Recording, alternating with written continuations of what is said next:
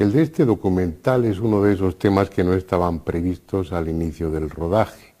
Y no porque careciera de interés, todo lo contrario, sino porque dábamos por seguro que iba a ser imposible filmarlo. Se trataba de algo que desde hacía unos 40 años estaba perdido, estaba sumido en el olvido. Un misterio concerniente a unas 30.000 figuras de barro de las que después en el documental hablaremos extensamente.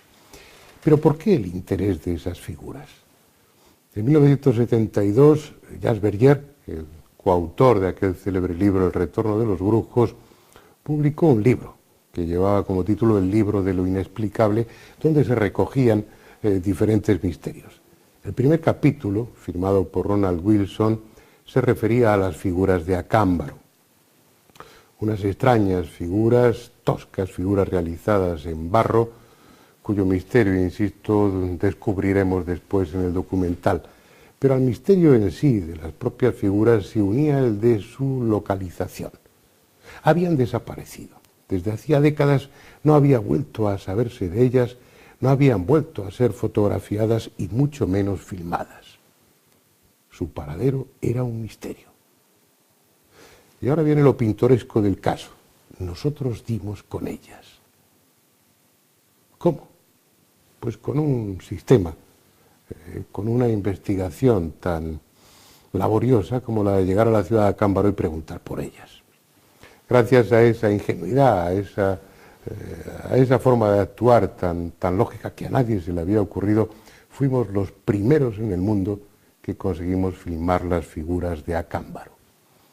Mientras yo estaba en esa tarea, Juan José Benítez se dirigió a la laguna de Tayacuta, cerca de Acámbaro, para aclarar otro misterio, el de un monstruo acuático llamado Chan, similar al monstruo del lago Ness, y que, como verán después, también guarda relación con las figuras de Acámbaro.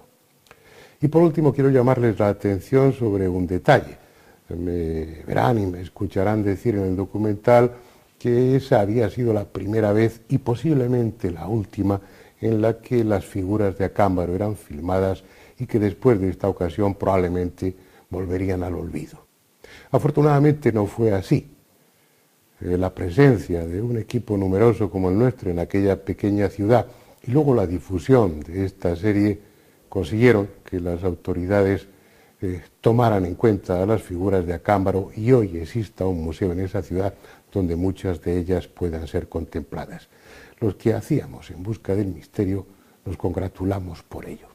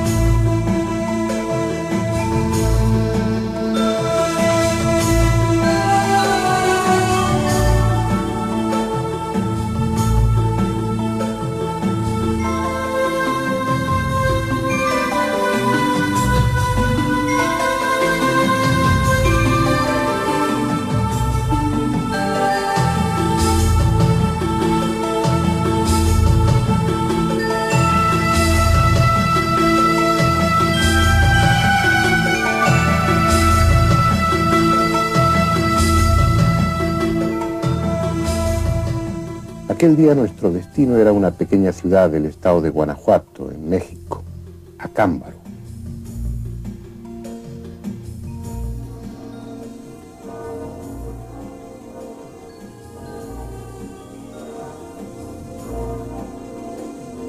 Por entonces iba a celebrar el 179 aniversario de la elección de Miguel Hidalgo como generalísimo de las fuerzas insurgentes de México.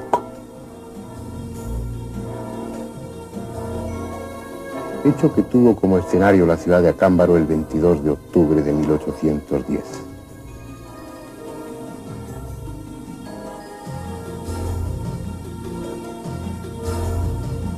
Pero nosotros nosotros estábamos allí atraídos por una historia muy diferente. La historia de una fascinación, la que ejercieron unas figurillas de barro sobre un hombre, Valdemar Julriut, un comerciante de Acámbaro. Fue en julio de 1945 cuando un albañil, Odilon Tinajero, le ofreció las primeras figurillas procedentes de este cerro, el Cerro del Toro. Y lo que había en esas figurillas era tan insólito, tan fantástico, que Valdemar dedicó su vida a almacenar cuantas pudieron ofrecerle. En 7 años, entre 1945 y 1952, acumuló 37.000. Llenó su casa literalmente con las estatuillas, estanterías, muebles, rincones, pero ya no están. Valdemar murió y su casa cambió de dueño, está cerrada. Esas figurillas están almacenadas en un local de la municipalidad. No saben qué hacer con ellas. Están envueltas en papeles de periódicos y encerradas en cajas. Y no saben qué hacer con ellas porque el dictamen de los arqueólogos oficiales es que son falsas. Aunque lo cierto es que la mayoría de ellos no se han molestado en venir aquí para comprobarlo. Nosotros sí, vamos a verlas.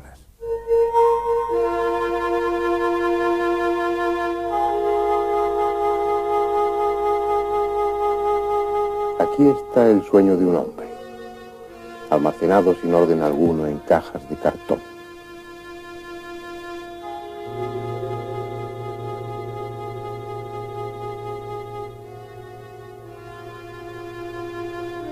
Estas son las míticas figuras de Acámbaro, rotas ya muchas de ellas, desintegrándose lentamente en cajas de pescado, sin más protección que la que quiera depararles la providencia, como un desecho inservible, cuando tal vez constituyen uno de los misterios más apasionantes del pasado.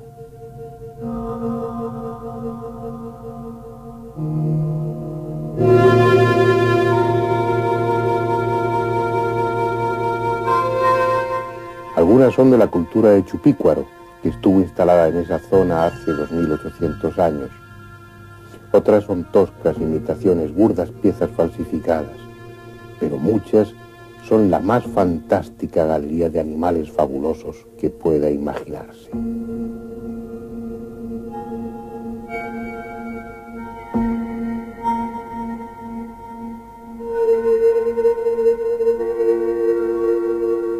Fíjense en ellas.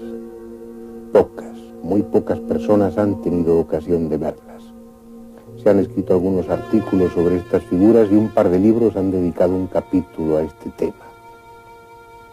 Para los investigadores de lo insólito es casi un mito, porque solo uno o dos han podido tenerlas en sus manos. Es ahora la primera vez en estos 45 años que una cámara las filma, y probablemente también será la última.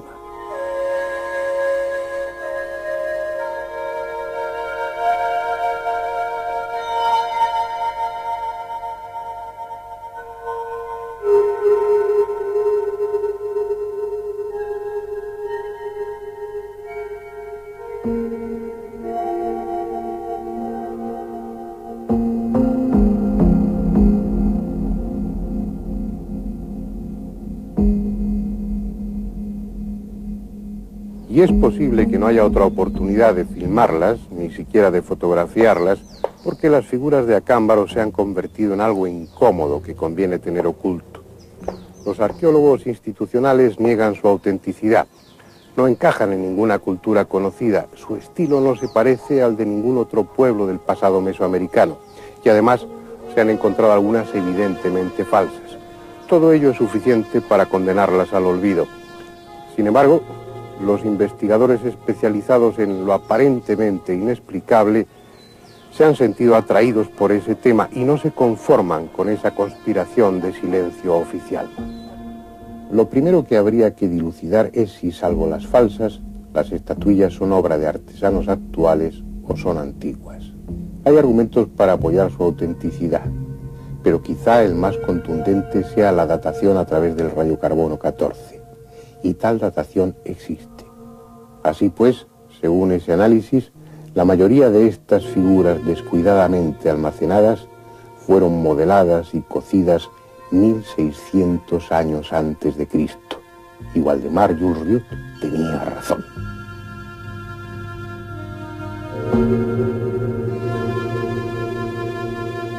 Probablemente se equivocó en otras cosas. Él atribuía su origen a la civilización atlante y las suponía mucho más antiguas.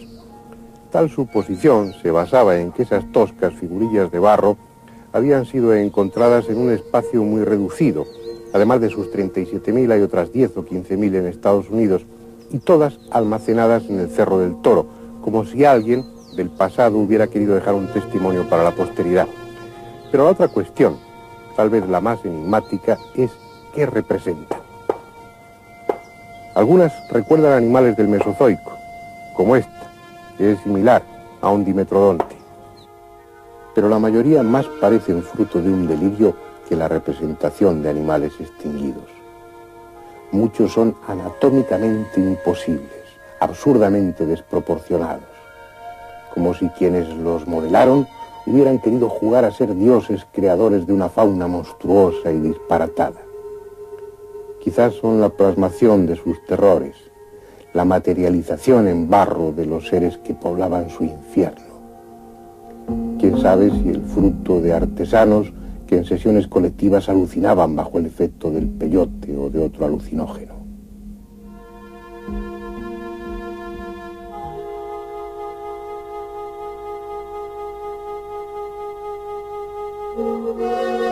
Algunos sostienen que parte de aquellos animales del Mesozoico no desaparecieron hace 100 millones de años en esa zona, sino que algunas especies sobrevivieron hasta la llegada del hombre a América.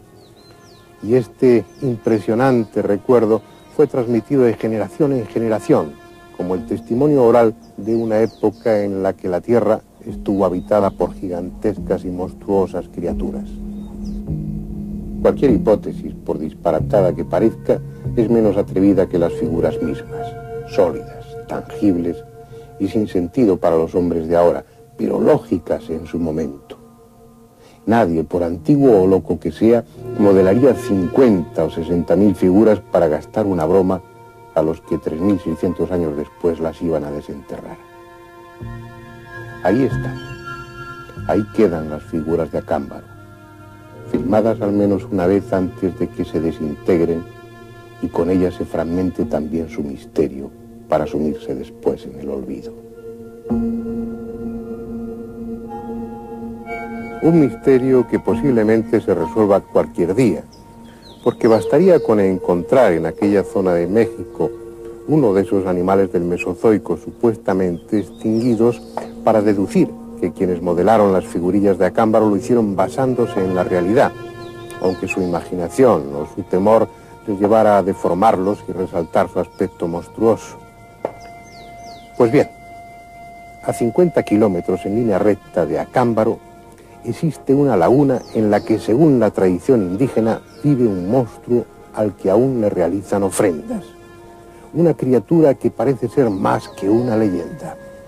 Por eso, mientras parte del equipo dedicaba su atención a Acámbaro, Juan José Benítez salió de Ciudad de México con dirección al Valle de Santiago para investigar la posible existencia de ese pariente del monstruo del lago Ness.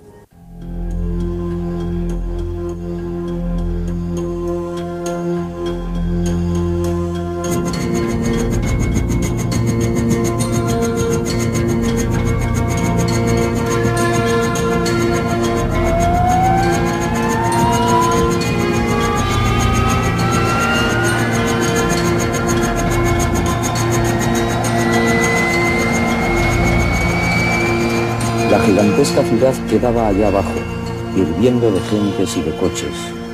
Nosotros íbamos rumbo a un lugar totalmente distinto, a una parte de México donde convergen las leyendas, donde cada cerro guarda un misterio arrastrado desde mucho antes de que los españoles llegaran.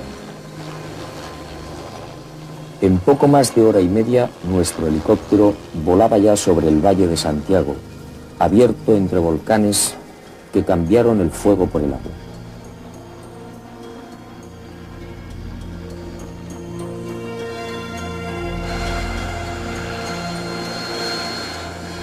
La ciudad, que tomó el mismo nombre de Valle de Santiago, también en el estado de Guanajuato, como la cercana Acámbaro, parece descansar a la acogedora sombra de uno de esos volcanes dormidos, cuyo cráter se transformó en laguna.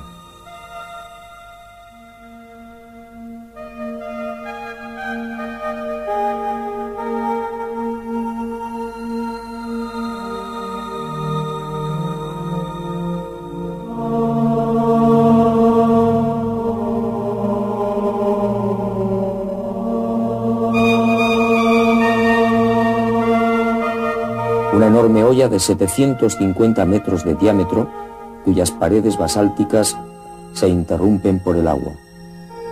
Agua profunda, de apariencia tranquila, a la que hoy llaman prosaicamente la alberca, pero que en otro tiempo fue conocida como Tayacúa. Es una hermosa laguna de aspecto manso.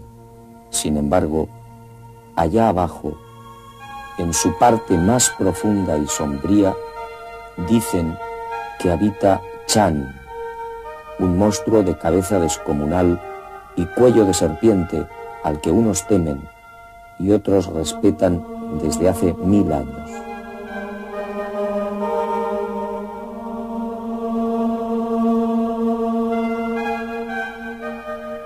Por extraño que parezca, bajo las aguas de este lago cráter mora una extraña criatura cuya antigüedad no es completamente conocida, pero de la cual tenemos testimonios toltecas y mayas de 1000 años a la fecha.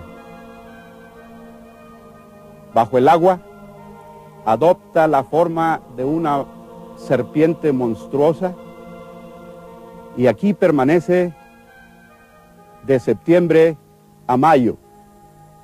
En mayo se transfigura para convertirse en una serpiente de viento que ha de traer las nubes sobre las sementeras del maíz que constituye nuestro sustento, que constituye nuestra carne. Y así, el día 26 de septiembre, cuando el Chan regresa a esta alberca a guardar el agua que ha de servir como reservorio para la próxima temporada de lluvias, la gente agradecida viene a ofrendar al Chan las primeras semillas del maíz tierno, los elotes, los tamales, en testimonio de su grandeza y de su compasión para con el pueblo, porque le ha dado el agua.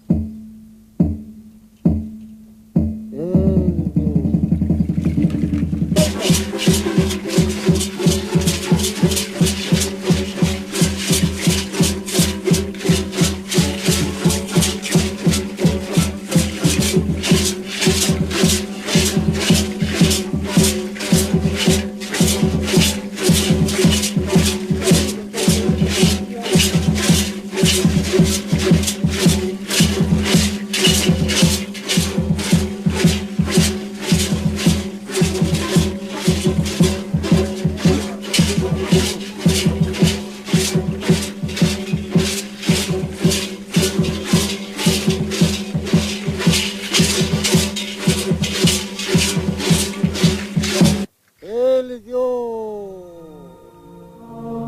Él es Dios, cantan los danzantes. El monstruo es Dios. Tal vez algunos de los que participan en la ceremonia ya no crean en Chan, pero siguen fieles a la tradición y danzan a las orillas de Tayacúa, la laguna, como parte del ritual en el que se le ofrendarán a la legendaria criatura de las aguas los primeros granos de maíz de la cosecha. Chan fue magnánimo una vez más y les trajo la lluvia, y ahora se la devuelven simbólicamente porque ya no la necesitan y arrojarán al cráter agua procedente de los 4 volcanes que rodean la laguna, agua de los 4 vientos, de los 4 puntos cardinales en las que han amasado ese primer maíz recogido. A pesar del esfuerzo de los misioneros por cristianizar el culto al monstruo del lago, la memoria mágica de esta serpiente continúa viva en los habitantes del valle. La Iglesia, no contento con esto, llegó incluso a levantar una cruz para exorcizar al espíritu de esta serpiente. Sin embargo, los habitantes de esta comarca siguen celebrando esta festividad. Los responsables de la Iglesia llegaron incluso a bautizar a la alberca con un nuevo nombre para evitar los ruidos misteriosos que se producen especialmente por la noche. No contento con esto, realizaron una nueva ceremonia simbólica casando en matrimonio a la alberca con el cerro de Culiacán, situado a unos 8 kilómetros de aquí. Un cerro que al parecer responde a las tronadas y a los ruidos que se producen en el fondo de estas aguas. A pesar de ello, los testigos, numerosos testigos de este pueblo, siguen viendo a este monstruo, siguen viendo al Chan y por supuesto siguen escuchando esos misteriosos ruidos que surgen en las noches de las profundidades de estas aguas. Pues yo lo que vi aquí que me pareció extraño fue que de ahí del centro nacen unas olas extrañas que rompen aquí en la orilla de la laguna. Y no es la primera vez que lo he visto porque varias ocasiones, algunas 10, 11 veces he visto eso y me parece extraño. Porque yo me doy cuenta porque yo aquí vivo, soy pescador aquí, yo aquí duermo, yo estoy día y noche aquí. Me encontraba pescando. Al estar pescando oí un ruido extraño entre los matorrales. En ese momento volteé y ¿qué es lo que veo? Un animal descomunal. Tenía la forma de una tortuga gigantesca sin concha. Yo vi cuando entró al agua y en microsegundo ya estaba en otra orilla. Me vine yo a bañar como a las 5 de la mañana y como esa es el costumbre de nosotros que venimos a bañarnos aquí temprano, entonces me estaba yo metiendo al agua cuando de repente vi un animal que salió, no sé qué animal sería porque estaba oscurita en la mañana, nomás vi el bulto grande del tamaño de una res, salió para arriba y echó agua como una ballena, echó agua para arriba y duró como unos 5 o 6 segundos y luego se volvió a meter. Entonces ya me dio miedo a mí y ya no me bañé. Lo que hice fue que salí, me fui y ya tuve miedo de venir ya después. Iban a bañarse. Iban a bañarse. Su hermano y un sacerdote. Y un sacerdote. ¿Y qué le sucedió? ¿Cómo? ¿Qué les ocurrió? Que pues encontraron ese animal y por eso no se bañaron ya. ¿Y cómo era ese animal, señora? Largo, dice como es con los cocodrilos. Pues yo casi de animales no conozco, señor. Nomás soy algo temerosa y no rehuyo de todo peligro. Yo nomás conozco estas que se arrastran, las culebras, pero animales sí. Pero ellos decían que era un animal largo, negro, así manifestaban el que así largo, pero no alto, que chaparro. Al igual que en el lejano lago Ness, en no pocas ocasiones se ha intentado desvelar el misterio allí donde presumiblemente se oculta, es decir, bajo la superficie de las aguas. Para unos, los ruidos que de cuando en cuando conmueven la laguna son ocasionados por el monstruo. Equipos de submarinistas han buscado una y otra vez, llegando hasta la profundidad que sus medios les permiten. El comandante Juan Quiroga, al frente del Escuadrón de Rescate Acuático, se ha brindado gentilmente para acompañarnos en una inmersión en la laguna de la Alberca. Comandante, ¿qué profundidad tiene este lago aproximadamente? Bueno, aproximadamente tiene en su superficie máxima 47 metros de profundidad. Actualmente, al paso de los años, se ha disminuido este nivel, ya que los afluentes son mínimos que alimentan este lago.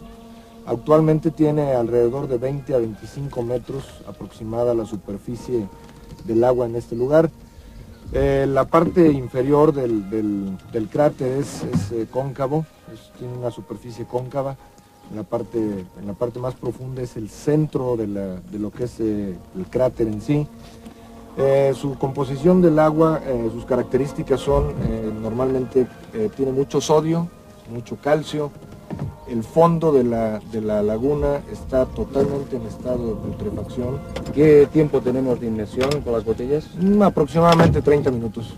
Cuando usted quiera, comandante, iniciamos la inmersión. A sus órdenes. Muy bien.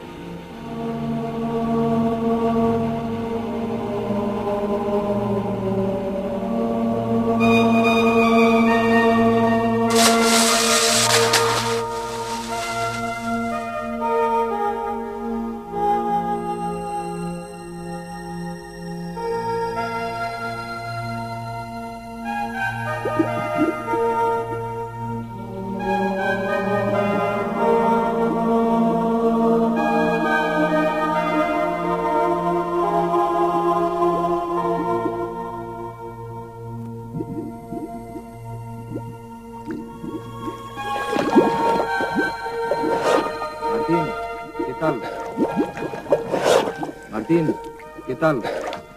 Está muy peligroso aquí abajo. Todavía a los 5 metros hay un poco de visibilidad. Y a partir de ellos ya está muy lodoso, hay mucho fango acá abajo. Se nos dificulta mucho para respirar nosotros con los reguladores, se nos tapan. Hay muchos cambios de temperatura acá abajo, corrientes también. ¿Hay corrientes? Hay corrientes de agua. A veces llega una agua caliente, una muy fría. Abajo sí está demasiado fría el agua. ¿Es peligroso? Es muy peligroso para nosotros. ¿Hay posibilidad, Martín, de que exista ahí algún animal? Pues posiblemente hay algún animal por ahí. Esa es la conclusión más generalizada, como si incluso los que no creen en la existencia de Chan se resistiesen a privar de la leyenda a una laguna tan mágica y amiga que cambia de color para advertir al hombre, azul cuando se acerca la primavera, esmeralda si vienen las lluvias y amarilla antes de las desgracias.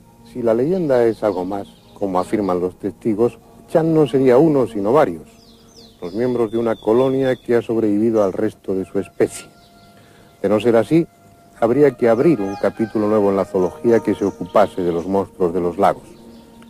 Sea como fuere, las figurillas de Acámbaro y la leyenda de Chan parecen caminar en una misma dirección, aquella que señala la existencia de monstruosas criaturas en esa zona del mundo, ya sean tangibles o fruto de una memoria colectiva cuya raíz ignoramos. Es posible que la respuesta esté en el fondo de Tayacúa, la profunda laguna a la que volveremos, aunque se niegue a descubrir su secreto, porque es parte de un sistema de volcanes en torno a los que giran misterios aún más desconcertantes.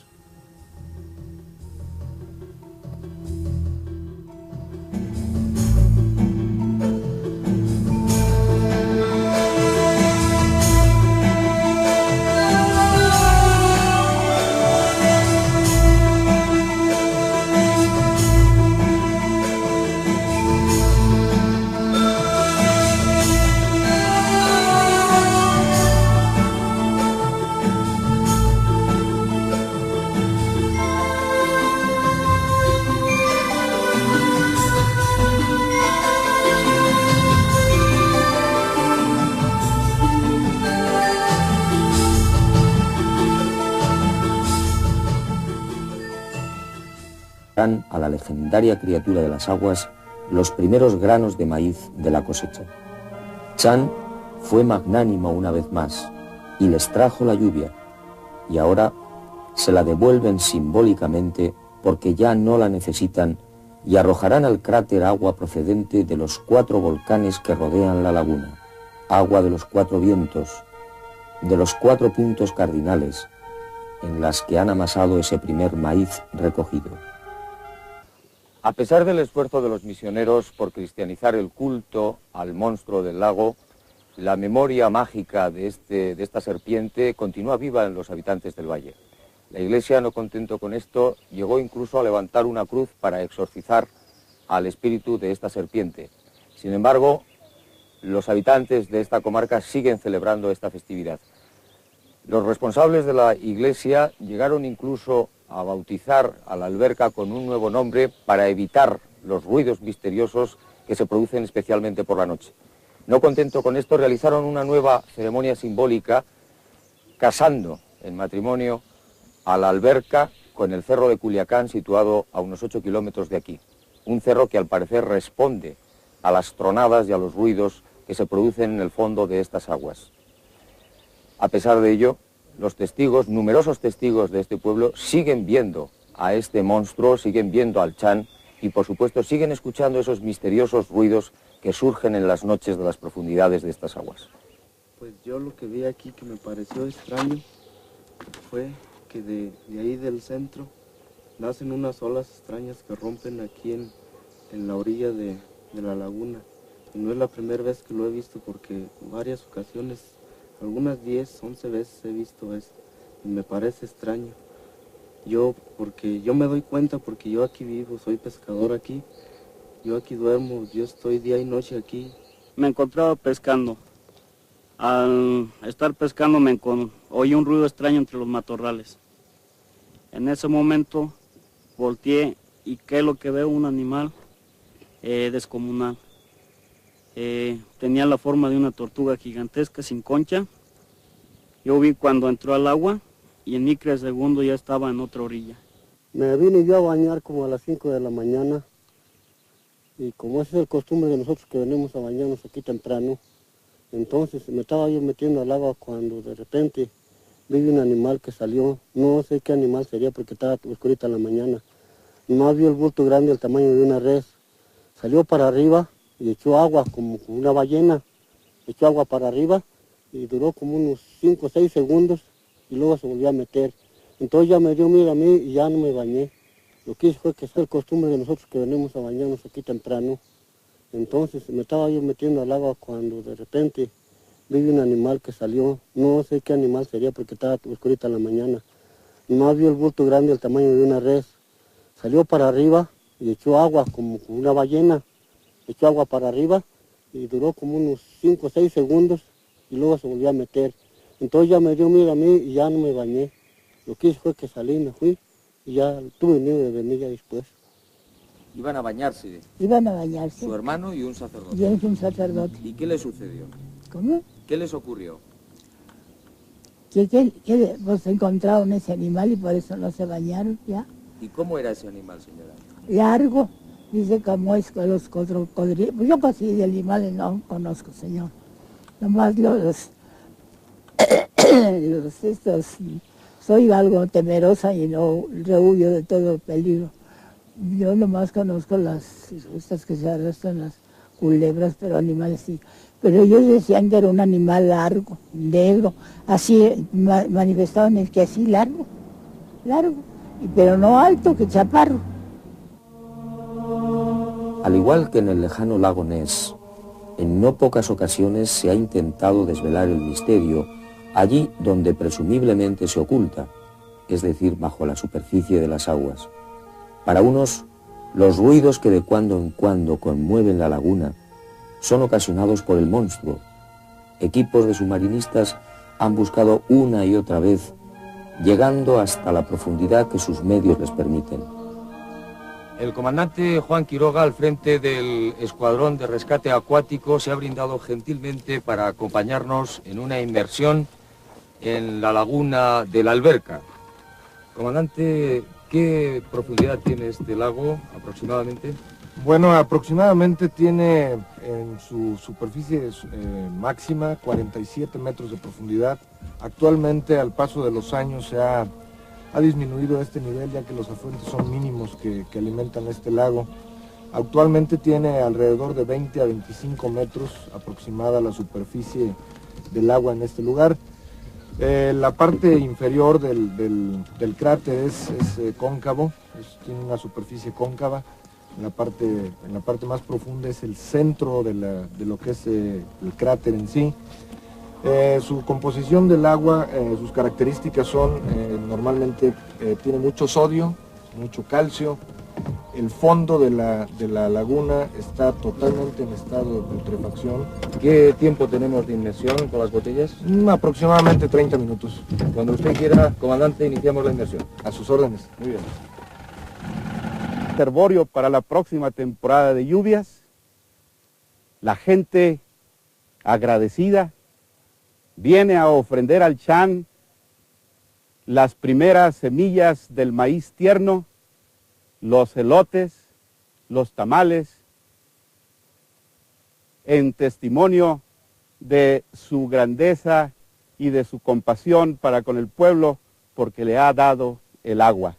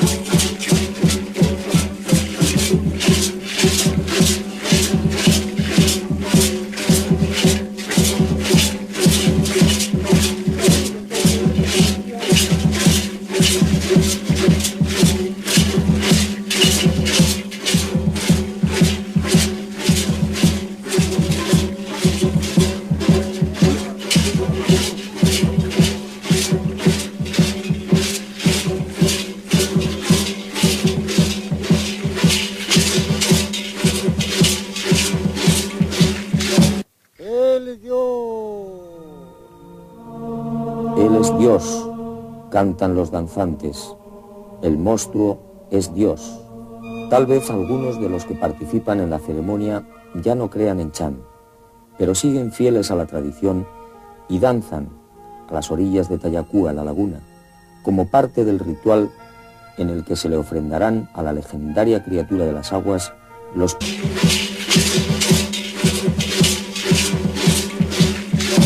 Él es Dios. Él es Dios, cantan los danzantes. El monstruo es Dios. Tal vez algunos de los que participan en la ceremonia ya no crean en Chan, pero siguen fieles a la tradición y danzan a las orillas de Tayacúa, la laguna, como parte del ritual en el que se le ofrendarán a la legendaria criatura de las aguas los primeros granos de maíz de la cosecha. Chan fue magnánimo una vez más y les trajo la lluvia, y ahora se la devuelven simbólicamente porque ya no la necesitan y arrojarán al cráter agua procedente de los 4 volcanes que rodean la laguna, agua de los 4 vientos, de los 4 puntos cardinales en las que han amasado ese primer maíz recogido. A pesar del esfuerzo de los misioneros por cristianizar el culto al monstruo del lago, la memoria mágica de esta serpiente continúa viva en los habitantes del valle. La Iglesia, no contento con esto, llegó incluso a levantar una cruz para exorcizar al espíritu de esta serpiente. Sin embargo, los habitantes de esta comarca siguen celebrando esta festividad. Los responsables de la Iglesia llegaron incluso a bautizar a la alberca con un nuevo nombre para evitar los ruidos misteriosos que se producen especialmente por la noche. No contento con esto, realizaron una nueva ceremonia simbólica casando en matrimonio a la alberca con el cerro de Culiacán, situado a unos 8 kilómetros de aquí. Un cerro que al parecer responde a las tronadas y a los ruidos que se producen en el fondo de estas aguas. A pesar de ello, los testigos, numerosos testigos de este pueblo, siguen viendo a este monstruo, siguen viendo al Chan y por supuesto siguen escuchando esos misteriosos ruidos que surgen en las noches de las profundidades de estas aguas. Pues yo lo que vi aquí que me pareció extraño fue que de ahí del centro nacen unas olas extrañas que rompen aquí en la orilla de la laguna. Y no es la primera vez que lo he visto porque varias ocasiones, algunas 10, 11 veces he visto eso y me parece extraño. Porque yo me doy cuenta porque yo aquí vivo, soy pescador aquí, yo aquí duermo, yo estoy día y noche aquí. Me encontraba pescando. Al estar pescando oí un ruido extraño entre los matorrales. En ese momento volteé y ¿qué es lo que veo? Un animal descomunal. Tenía la forma de una tortuga gigantesca sin concha. Yo vi cuando entró al agua y en microsegundo ya estaba en otra orilla. Me vine yo a bañar como a las 5 de la mañana. Una extraña criatura cuya antigüedad no es completamente conocida, pero de la cual tenemos testimonios toltecas y mayas de 1000 años a la fecha. Bajo el agua adopta la forma de una serpiente monstruosa y aquí permanece de septiembre a mayo. En mayo se transfigura para convertirse en una serpiente de viento que ha de traer las nubes sobre las sementeras del maíz que constituye nuestro sustento, que constituye nuestra carne. Y así, el día 26 de septiembre, cuando el Chan regresa a esta alberca a guardar el agua que ha de servir como reservorio para la próxima temporada de lluvias, la gente agradecida viene a ofrendar al Chan las primeras semillas del maíz tierno, los elotes, los tamales, en testimonio de su grandeza y de su compasión para con el pueblo, porque le ha dado el agua.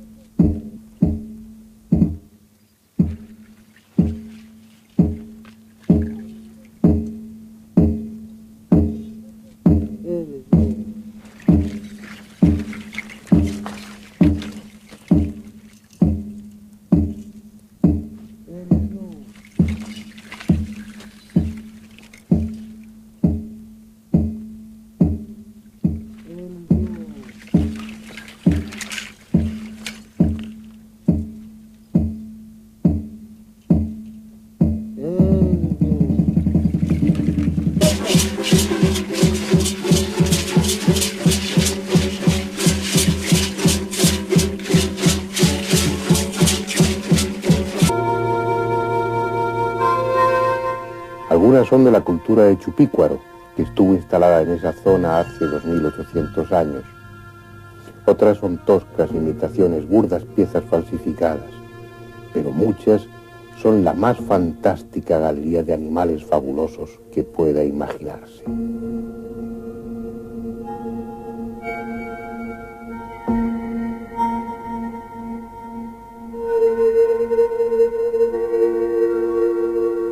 Fíjense en ellas. Pocas, muy pocas personas han tenido ocasión de verlas. Se han escrito algunos artículos sobre estas figuras y un par de libros han dedicado un capítulo a este tema. Para los investigadores de lo insólito es casi un mito, porque solo uno o dos han podido tenerlas en sus manos. Es ahora la primera vez en estos 45 años que una cámara las filma, y probablemente también será la última.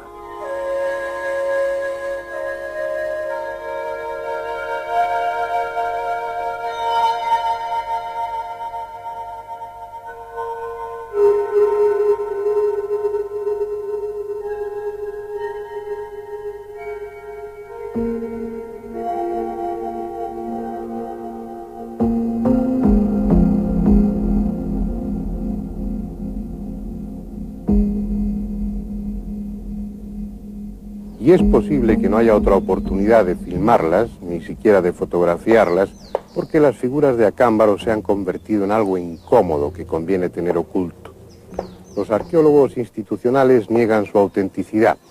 No encajan en ninguna cultura conocida. Su estilo no se parece al de ningún otro pueblo del pasado mesoamericano. Y además se han encontrado algunas evidentemente falsas. Todo ello es suficiente para condenarlas al olvido. Sin embargo, los investigadores especializados en lo aparentemente inexplicable se han sentido atraídos por ese tema y no se conforman con esa conspiración de silencio oficial. Lo primero que habría que dilucidar es si, salvo las falsas, las estatuillas son obra de artesanos actuales o son antiguas.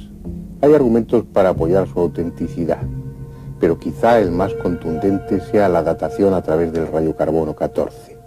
Y tal datación existe.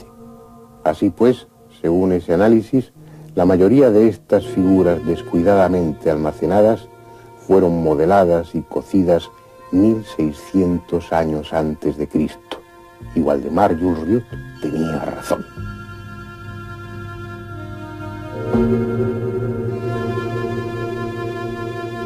Probablemente se equivocó en otras cosas. Él atribuía de cabeza descomunal y cuello de serpiente al que unos temen y otros respetan desde hace 1000 años.